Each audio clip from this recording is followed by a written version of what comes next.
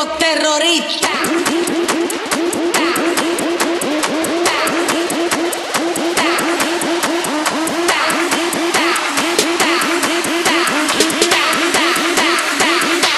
And do the Harlem Shake.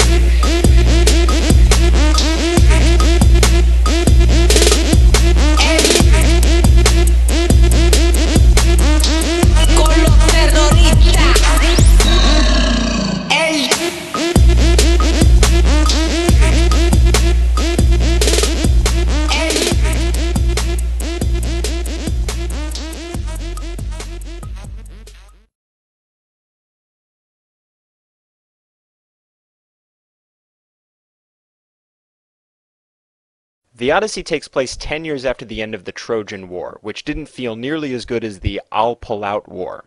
Odysseus has been stranded on the island of the nymph Calypso, and he's being held as a sex slave. He pines to get home to his wife and son, which reminds you that this is fiction.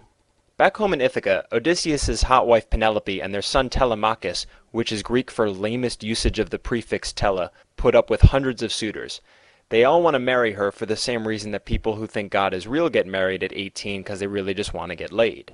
The gods take pity on Odysseus and they talk Calypso into letting him free, but you should never take away a cougar's sex slave.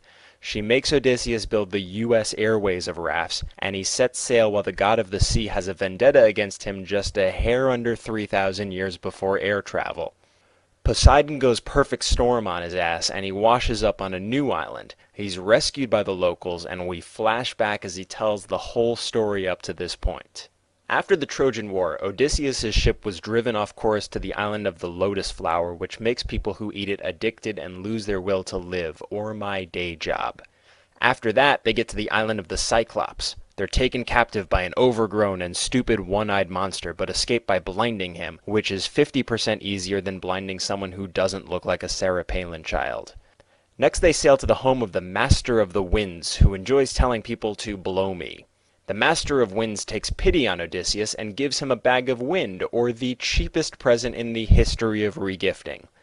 The crew gets on their boat and has Ithaca in sight when the fuck-up sailors think that the bag is full of gold, since the only thing that weighs the same as gold is wind. So the shittiest crew of all time opens the worst present of all time, and the wind unleashes, blowing them way off course. Next up is the island of Circe, an enchanting but evil witch, also known as a woman. Odysseus resists her magic by taking a drug called covering his ears with his hands, which impresses her to the point where she decides to help. She sends Odysseus off to the land of the dead, which is kind of like the ice crystals in Superman 2, and then she gives directions for him to get home. They sail around the island of the Sirens, where no one watches the female American gladiators either. They pass between a six-headed monster on the Land of Godzilla sequels, and they avoid a deadly whirlpool, where Odysseus' genius crew managed to not get their dick stuck in the jets. Then they land on an island filled with actual sacred cows, but the crew that makes the Titanic staff look like NASA goes ahead and eats the gods' sacred animals for lunch. The gods punish the sailors by killing all of them in a massive storm. Odysseus is the only survivor, and he washes up on Calypso's island, which is where the story began. After they hear the tale, the locals are so inspired that they decide to help Odysseus finally get home, and after 10 years, or the time it takes to read this story, he returns to his homeland of Ithaca. When he finally gets back, he disguises himself as a homeless guy, although it must have been tough trying to find a shopping cart in Greek times.